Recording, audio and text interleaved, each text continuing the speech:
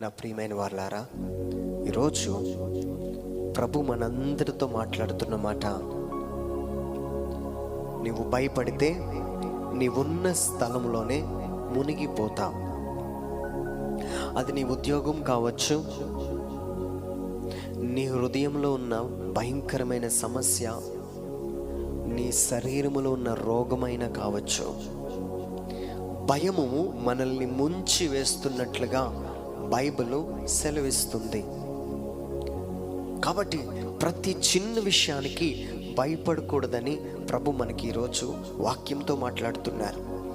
మనం జాగ్రత్తగా ఈ వర్తమానాన్ని ఆలకించినట్లయితే, పేతురు గారు అప్పటి వరకు భయము ఆందోళనతో ఉన్నారు. అయ్యో చచ్చిపోతామని. ఆ సముద్రం మీద వచ్చిన తుఫానును బట్టి ఇంకా మేము చచ్చిపోతామని ఒక కన్క్లూషన్కి వచ్చేసి